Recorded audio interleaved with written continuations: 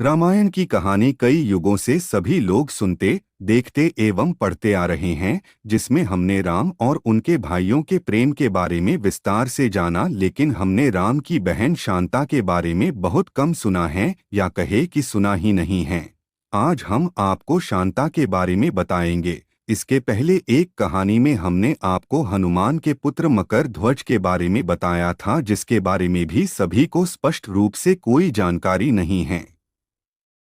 और अब आप जाने राम की बहन शांता के बारे में। कौन थी शांता और क्यों उनका उल्लेख नहीं है, और किस कारण उनका त्याग किए गया। महाराज दशरथ एवं रानी कौशल्या अयोध्या के राजा रानी थे। महाराज दशरथ की दो अन्य रानियां भी थी, जिनके नाम कैकेयी और सुमित्रा थे। सभी जानते हैं कि इनके चार पुत्र थे, राम, भरत, लक्ष्मण, शत्रुघ्न, लेकिन यह कम लोगों को पता है कि इन चार पुत्रों के अलावा उनकी एक बड़ी बहन शांता भी थी। शांता कौशल्या माँ की पुत्री थी। देवी शांता एक बहुत होनहार कन्या था। वो हर क्षेत्र में निपुण थी। उसे युद्ध कला, विज्ञान, साहित्य एवं पाक कला सभी का अनूठा ज्ञान था। अपने युद्ध कौशल से वह सदैव अपने पिता दशरथ को गौरवान्वित कर देती थी।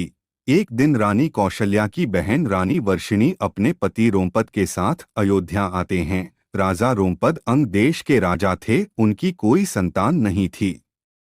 एक समय जब सभी परिवारजन बैठकर बातें कर रहे थे, तब वर्षिणी का ध्यान राजकुमारी शांता की तरफ पड़ा और वे उनकी गतिविधि एवं शालीनता को देखकर प्रभावित हो गई और करुण शब्दों में यह कहने लगी कि अगर उनके नसीब में संतान हो तो शांता के समान सुशील हो। उनकी यह बात सुनकर राजा दशरथ उन्हें अपनी शांता गोद देने का वचन दे बैठते हैं।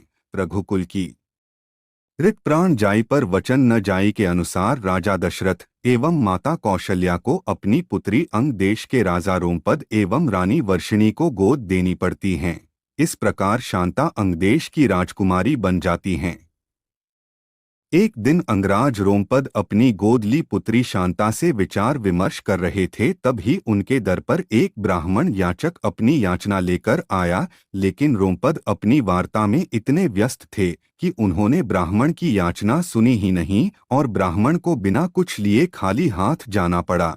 यह बात देवताओं के राजा इंद्र को बहुत बुरी लगी और उन्होंने वरुण देवता को अंगदेश में बारिश न करने का हुक्म दिया। वरुण देवता ने यही किया और उस वर्ष अंगदेश में सूखा पड़ने से हाहाकार मच गया। इस समस्या से निजात पाने के लिए रोमपद ऋषि श्रृंग के पास जाते हैं और उनसे वर्षा की समस्या कहते हैं।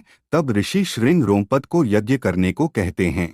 ऋषि श्रृंग के कहेनुसार यज्ञ किया जाता है। पूरे विधान से संपन्न होने के बाद अंग देश में वर्षा होती है और सूखे की समस्या खत्म होती है। ऋषि श्रृंग से प्रसन्न होकर अंगराज रोमपद ने अपनी पुत्री शांता का विवाह ऋषि श्रृंग से कर दिया। शांता के बाद राजा दशरथ की कोई संतान नहीं थी। वो अपने वंश के लिए बहुत चिंतित थे। तब वे ऋषि श्रृंग के पास जाते हैं और उन्हें पुत्र कामाक्षी यज्ञ करने का आग्रह करते हैं। तब अयोध्या के पूर्व दिशा में एक स्थान पर राजा दशरथ के लिए पुत्र कामाक्षी यज्ञ किया जाता है। यह यज्ञ ऋषि श्रृंग के आश्रम में किया गया था। आज भी इस स्थान पर इनकी स्मृतियां हैं।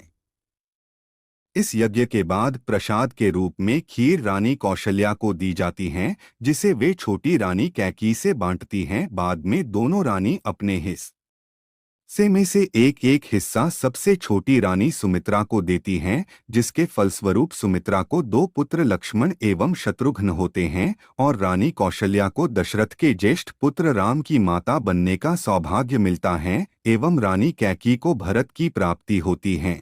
इस प्रकार शांता के त्याग के बाद राजा दशरथ को चार पुत्र प्राप्त होते हैं।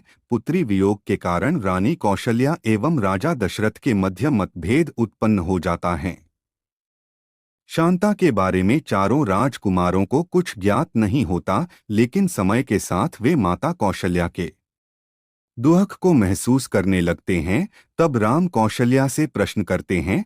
तब राम को अपनी ज्येष्ठ बहन शांता के बारे में पता चलता है और वे अपनी माँ को बहन शांता से मिलवाते हैं। इस प्रकार राम अपने माता पिता के बीच के मतभेद को दूर करते हैं। देवी शांता के बारे में वाल्मीकि रामायण में कोई उल्लेख नहीं मिलता, लेकिन दक्षिण के पुराणों में स्पष्ट रूप से शांता के चरित्र का वर्णन किया गया है।